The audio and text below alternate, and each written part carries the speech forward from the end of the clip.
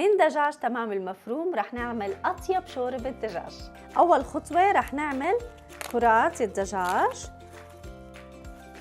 رح نحط عليهم البصل المفروم، شوية قرفة، الملح، وعنا الفلفل الأسود، ورح نخلطهم مع بعض.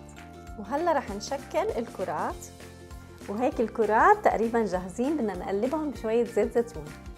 رح أرش عليهم شوية طحين عشان يتماسكوا لما نقليهم، ونحط زيت الزيتون.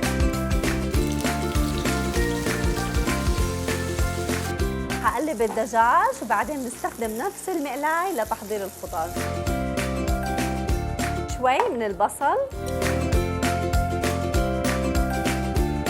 قرفة، كمون، ومعلقة من البهارات المشكلة، وأكيد عنا الملح ورشة فلفل.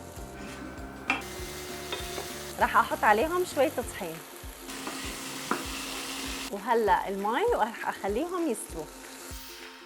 وهيك تقريبا استوت الخضار. رح نحط الدجاج، رح نحط شوية من البقدونس والشبت.